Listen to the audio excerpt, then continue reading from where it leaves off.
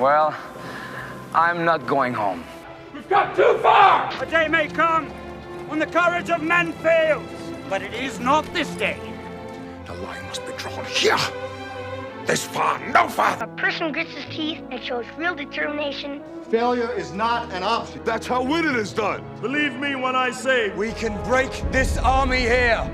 At a time. And they will know what we can do!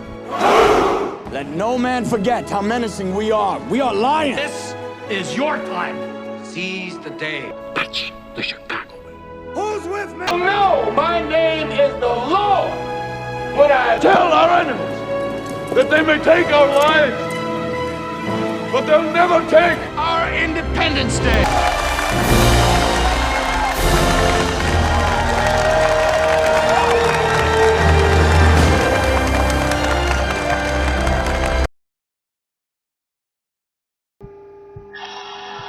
The Hateful Eight. It's the 8th film by Quentin Tarantino. And anybody who's ever seen a Quentin Tarantino movie, I'm sure a lot of people have seen a lot of his movies, including Kill Bill and Pulp Fiction and Grindhouse, but nothing can ever prepare you for a movie by Quentin Tarantino, because this guy likes he kind of pays homage to the golden age of movies.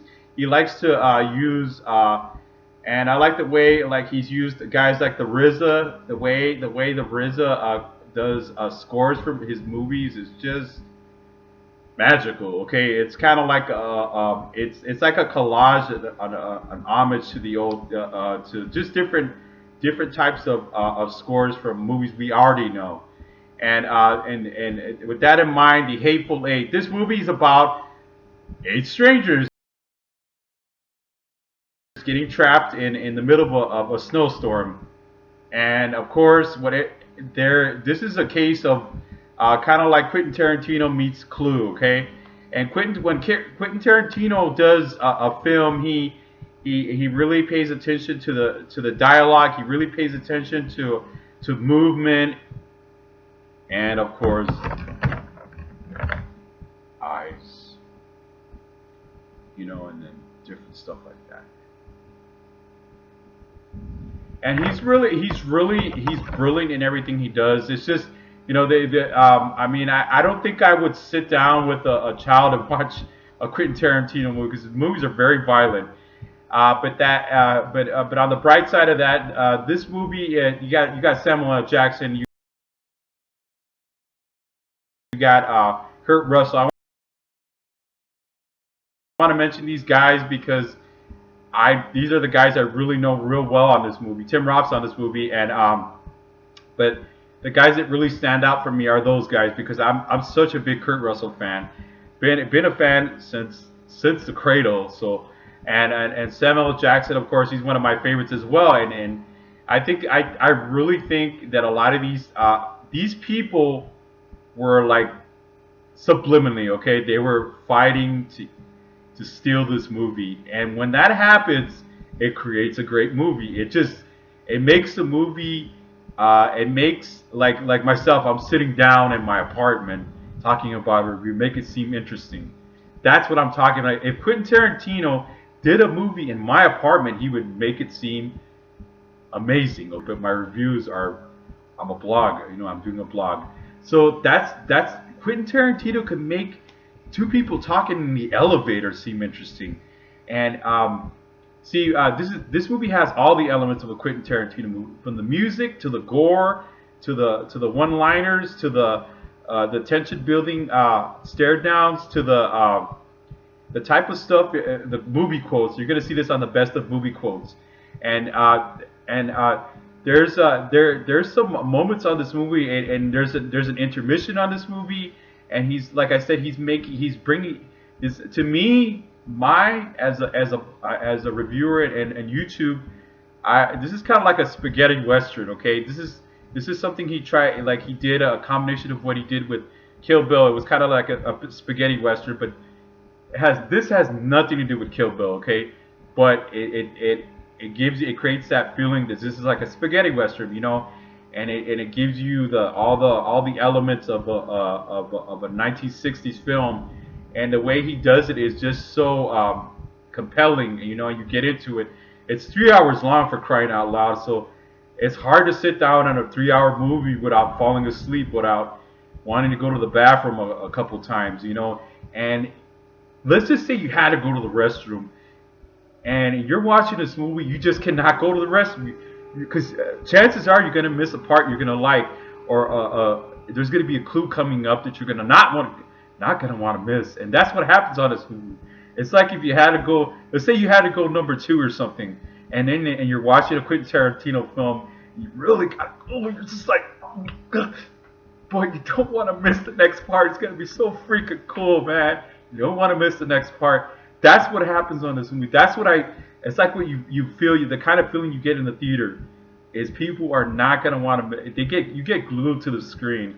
You know, this is, when Quentin Tarantino makes a movie, he takes his time. This guy takes his time. He doesn't make, you know, a new movie every 3 years like some people do. This guy takes his time to do his stuff. He really, I mean, I must admit though that I'm not really, his movies are not for everybody. Okay, like I said, children cannot watch this movie.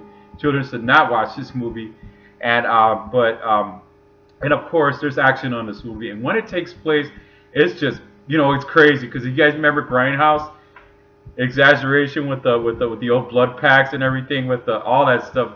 This movie has a lot of that. It's just crazy when Quentin Tarantino or like when you see a lot of the carnage on his movies like Kill Bill or something like that, you're gonna see some crazy stuff, all right? And you see a lot of that on this movie, and I'm happy to say this movie is a 10 out of 10. It's an A. This movie is awesome. It's just like I said, it's not for everybody. This is I definitely highly recommend this movie. Like I said, I'm not saying this movie is you know what I mean, it's going to get crushed by Star Wars, because pretty much every movie is getting crushed by Star Wars right now. But don't focus too much on Star Wars, The Force Awakens. Check this movie out, man. You're probably going to like it, and it's definitely gonna, if you want to watch a movie. And I know that I've said this before on my channel, you want to watch a movie that's a filmmaker's movie, a director's movie, that has comprehensive dialogue, that has monologues that don't bore you, that has tension-building scenes, that has a lot of, and then a lot of the cinematography is just brilliant. It doesn't seem like a really bad edited movie, kind of like with Extraction, which I did earlier in the evening.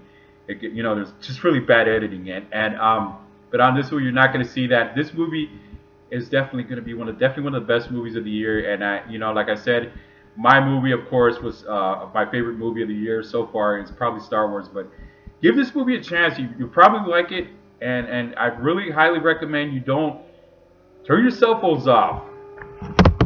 Turn your cell phones off. You know, and don't let nobody bug you. Like, push somebody away in the theater. Like, shut up! Just kidding.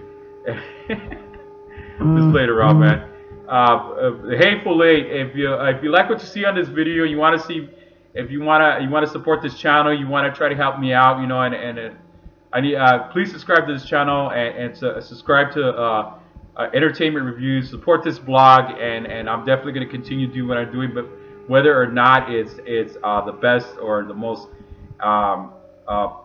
you know, the best background or whatever or whatnot, but I'm still gonna do it. It doesn't matter. We're movie fans. That's why we do it. That's what I do it. That's for sure. For the love of movies, because it's for the movie fan in all of us. Why do you think so many people do these kind of reviews on YouTube anyways? All right, see you guys later.